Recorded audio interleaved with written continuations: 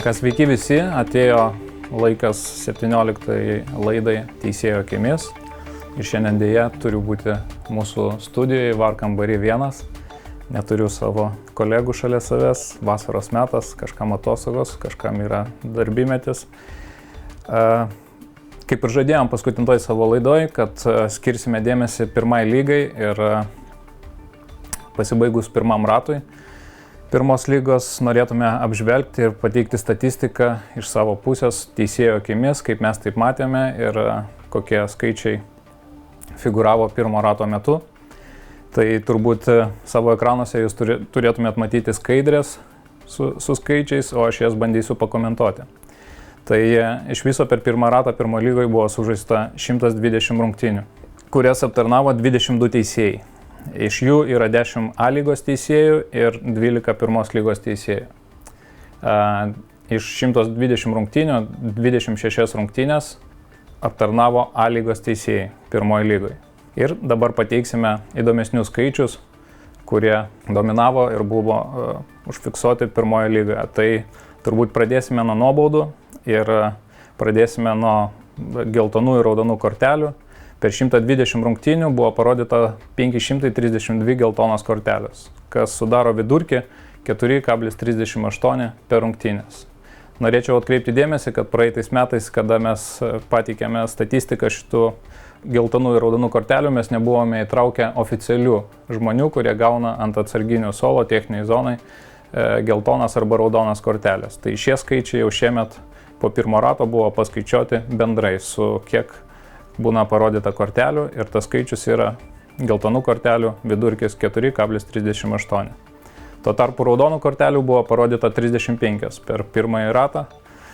Ir tai vidutiniškai sudaro, kad kas 3-4 rungtynės būna parodytos raudonos kortelės, jeigu procentaliai 0,29 per vienas rungtynės. Taipogi 11 metrų baudiniai.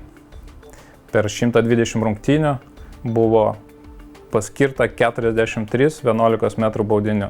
Statistiškai tai 0,36 tikimybės, kad kiekvienose rungtynėse gali būti skirtas 11 metrų baudinys. Kitaip sakant, kas trečias rungtynėse gali būti paskirtas 11 metrų baudinys. Ir turbūt tokios įdomesni skaičiai, dėl ko mes turbūt daugiausiai akcentuojame ir žiūrime savo darbo kokybę, tai yra kritinės klaidos rungtynių metu. Tai per 120 rungtynių buvo padarytos 21 kritinė klaida. Kaip ir anais metais mes išskyrėme kritinės klaidos su įtaka rungtynių baigčiai ir be jų. Ir čia bandysime paaiškinti išsamiau ir parodyti tam tikrus pavyzdžius, ką mes turime omenyje, kad kritinė klaida su įtaka rungtynių rezultatui ir be.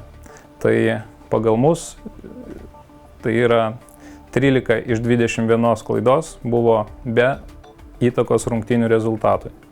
Ir 8 klaidos, kurios mūsų manymu įtakoja rungtynių rezultatą. Kad jums būtų aiškiau, mes parodysime kelis pavyzdžius.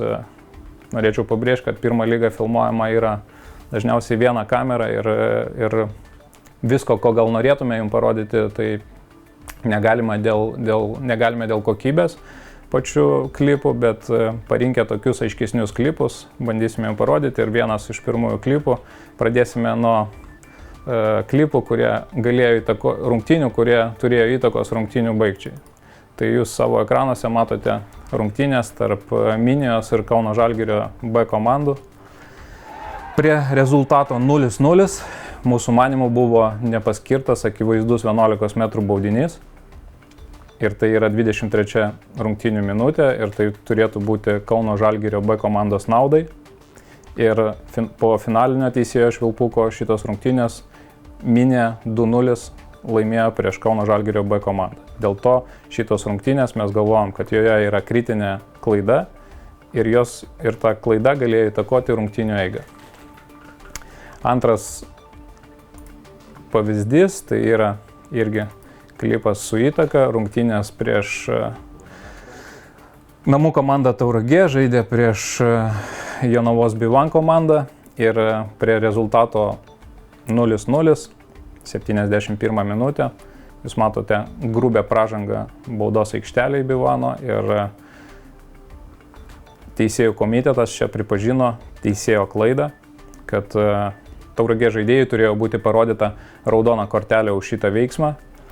Rungtynėse buvo parodyta geltona kortelė, rezultatas tuo metu buvo 0-0 ir mes pripažinom, kad šitas neparodyta raudona kortelė galėjo turėti įtaką rungtynėm, nes po finalinio teisėjo švilpuko rezultatas buvo 1-0 Tauragės komandos naudai.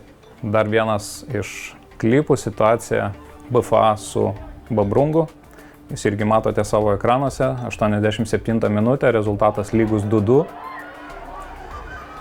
Čia jūs matote akivaizdžiai perdavimas į priekį ir puolėjas pasižaidžia ranką. Ir aikštės teisėjas negalėjo matyti, čia gal nedadirbo komandinis darbas kiti teisėjai, kurie nesuveikė ir nepasakė vis informaciją aikštės teisėjai.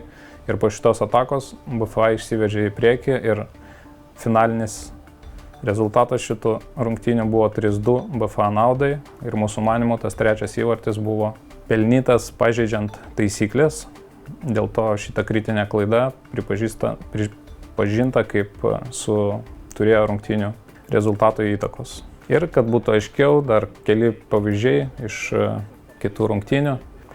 Transinvestas su Neptūnu, rezultatas 0-0, 7 minutė, pelnomas mūsų manimų teisingai įvartis, bet teisėjas neužskaito įvarčio. Prieš tai dar matėme baudos aikštelėje buvo žaidimas ranka, bet šias rungtynės vis tiek laimėjo Transinvest komanda rezultatu 3-0.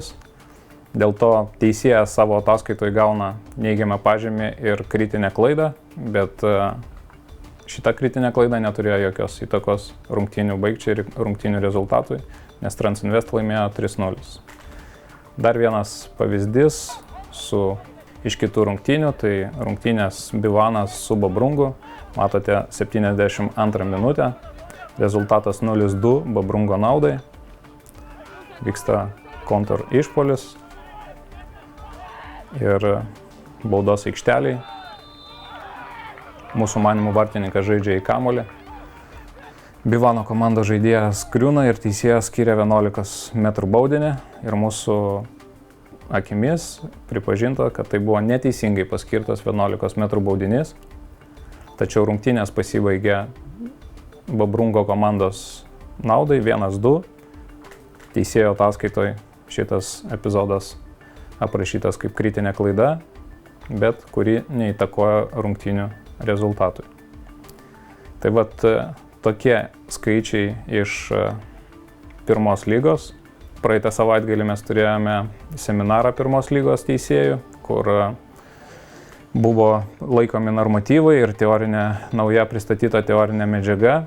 Gavosi nedidelis tarpas tarp pirmo ir antro rato. Tikiuosi, kad teisėjai sugrįž pasiruošę iš karto nuo sekančio turo teisėjauti. Ir iš savo pusės palinkėsiu, kad šitie skaičiai nedidėtų, o tik tai sumažėtų. Ypač visą laiką yra skaudu dėl kritinių klaidų. Tai mūsų teisėjams palinkėsiu antros pusės gero sezono, išvengti klaidas. Ir po šitos laidos greitų metų mes išeisime su A lygos momentais. Iš tikrųjų yra įdomių situacijų, kurios iš tikrųjų buvo aptarinėjamos internetinėse platybėse ir mes pateiksime iš savo pusės teisėjo akimis, kaip mes jas matome ir pakomentuosime tam tikras situacijas. Tai iki kito karto, ačiū labai.